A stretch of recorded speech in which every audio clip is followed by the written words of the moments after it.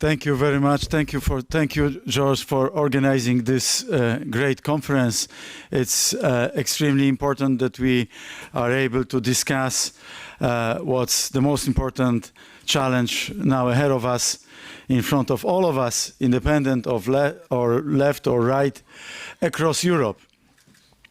Distinguished guests, ladies and gentlemen, 2025 is a turning point.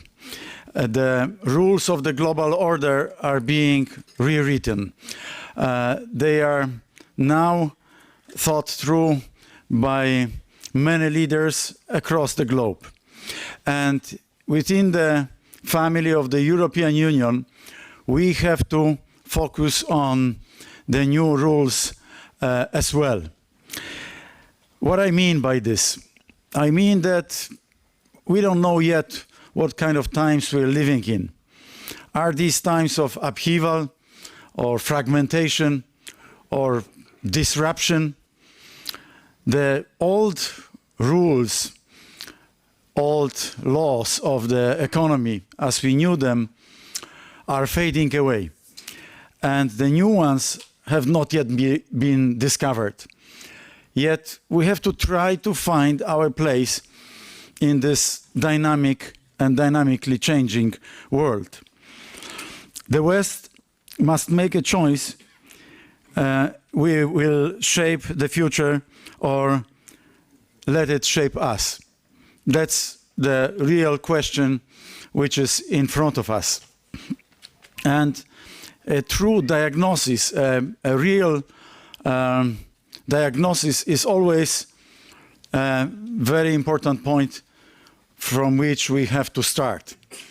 And I don't want to take too much of your time, but we have to focus on what is today the source of our weakness across Europe and across the European Union in order to appropriately address it and in order to find appropriate solutions.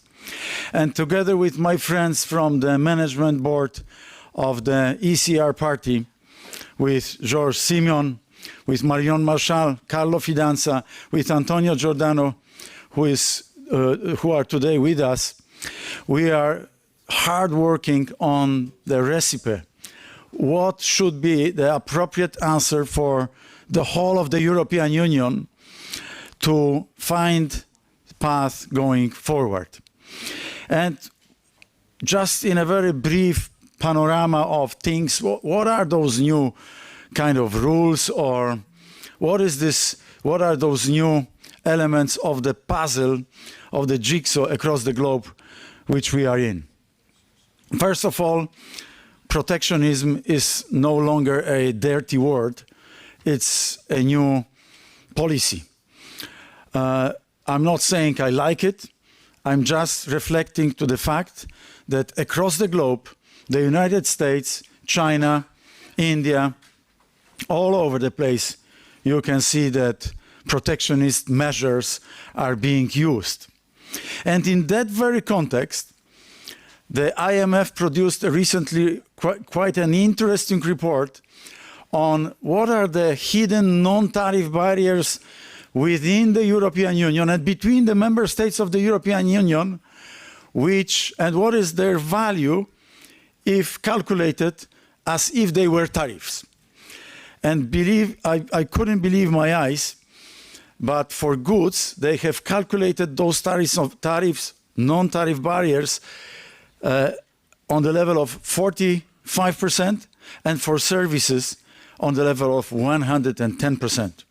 Can you imagine tariffs which are hidden barriers to trade within the European Union on the level of 50%, close to 50% for goods and around 100% for services? What kind of potential it is for us if we were able, through the European Commission and European Council, to free us, to free resources and to focus on true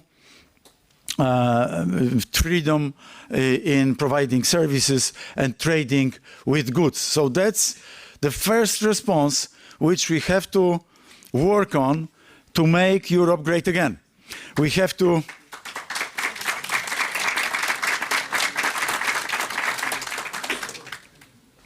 to truly work fight with bureaucracy, work on those non-tariff measures, non-tariff barriers, which are very much detrimental to the development of the whole of the European Union. Number two, the new rule is deglobalization.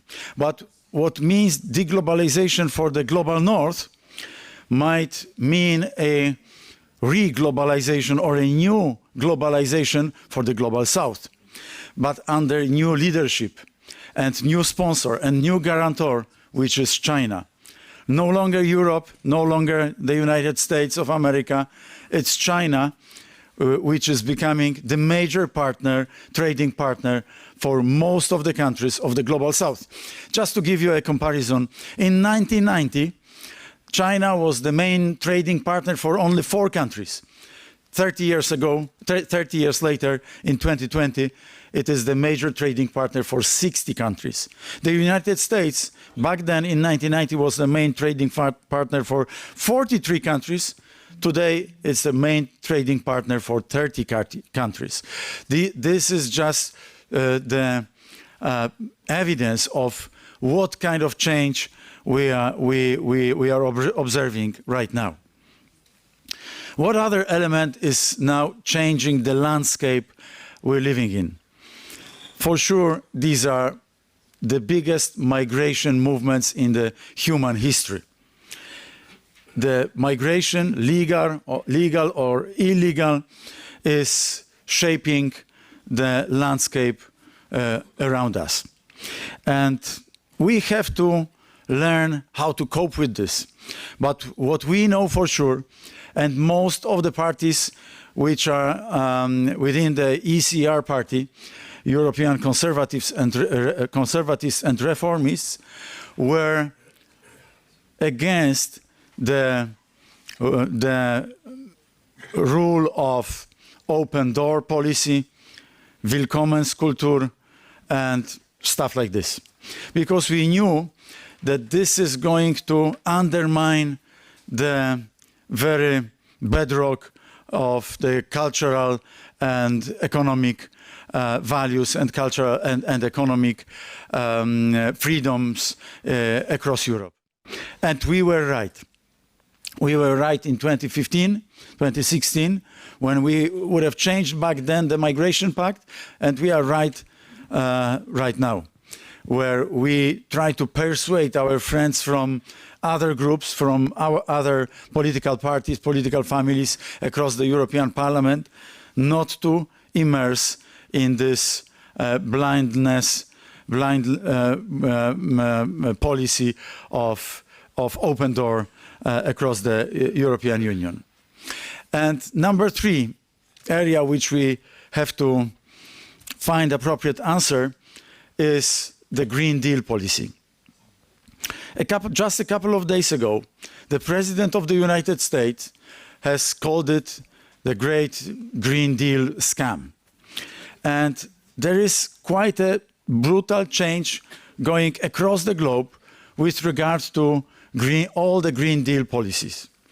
What this has created in Europe is a huge issue for lots of different industries, in particular for automotive industry, for chemical industry, for machinery type of industry, and this has created huge carbon leakage. What's the point for all of us, for the Europeans, to introduce very restrictive measures if the same products with quite a lot of carbon footprint are produced elsewhere, just behind our door, in Ukraine, not so much in Ukraine last couple of years, but in Russia, in India, in China, in Northern Africa, producing even more CO2 and NOxes and SOxes, which are polluting the globe. So we have to rethink the Green Deal completely. We have to change it completely for the European industry, not to be pushed out of Europe, because the reindustrialization is this what we need. What I would propose for the European Commission is a new reindustrialization plan. Let's call it Designed and Crafted in Europe 2040. Why is that? Remember 2015 Made in China program? Everybody laughed at China. Today China is the biggest producer of electric vehicles, batteries, wind turbines and solar panels. That's great. But what we are not so much aware in Europe, that this all has been produced with the European money. I cannot imagine the more foolish policy than this one. With European money, we have supported our Chinese rivals, Chinese competitors, to create huge industries of the future. Solar panels, electric vehicles, batteries, and wind turbines. Can you imagine a policy which is supporting your major competitor, major rival, more blunt than this one? I cannot. That's for consideration and for really to think it through across Europe. We have to have a plan designed and crafted in Europe 2040. To reply on the gauntlet thrown by China, but also to reply to our American friends on their competitive moves, like Make America Great Again, first mentioned in the first term of President Trump, but then continued by President Biden. In 2021, the American Jobs and Innovation Act. 2022, Inflation Reduction Act. 2023, the Chips and Science Act. They were all continuation of the policy of President Trump. And now President Trump again, with all the measures which he's going to start with his second term, we have to find the appropriate reply across Europe. Christine Lagarde, the president of the European Central Bank, said quite some time ago, we are not just falling behind. We are not even in the race, speaking about technology. So can you imagine more brutal words towards us, the Europeans, and towards the European Commission from the very heart of the European institutions? We are not just falling behind in AI, Internet of Things, machine learning, technology development. We are not even in the race. That's the real challenge for the European Commission, not the madness, ideological madness around woke, not curbing the freedom of speech, as George Simeon rightly said. We have to fight with those attempts to limit the freedom of speech. We cannot allow for this. This is the very backbone of the Western civilization. How can you imagine the free elections? What is democracy without pluralistic media? We know a lot about this from Poland. We know, I'm sure you know a lot about this in Romania. I even heard from my Italian friends that they know a lot about this from Italy.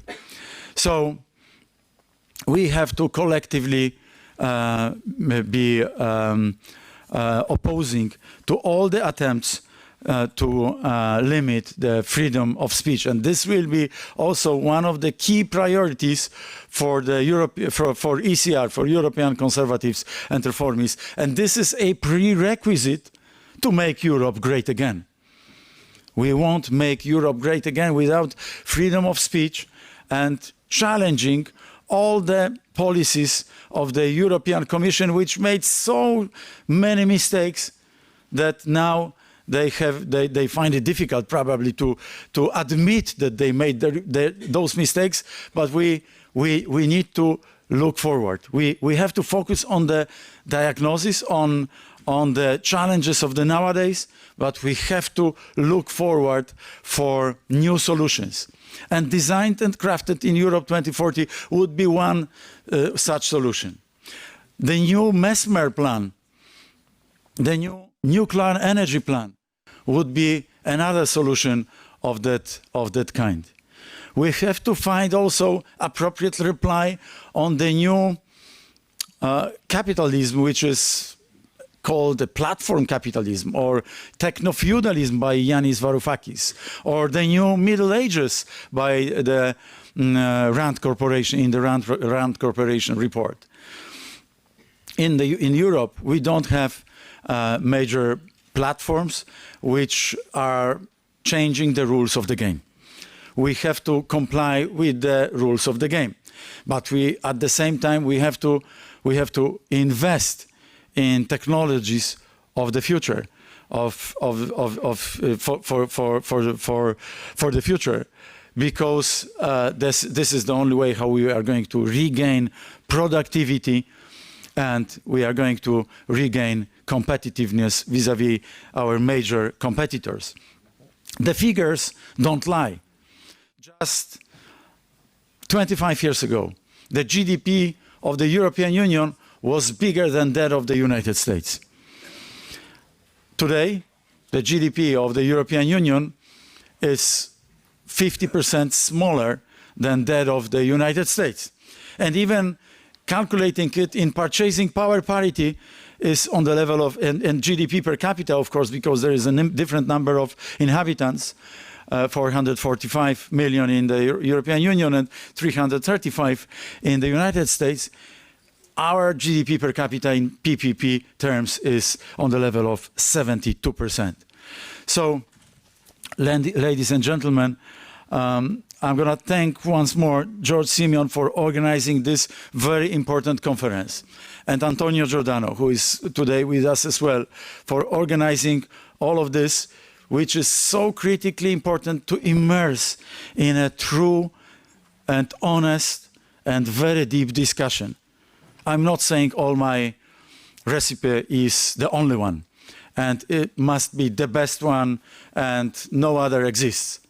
But I want the European Commission and all the other institutions across the European countries to be open for a very quick and honest debate.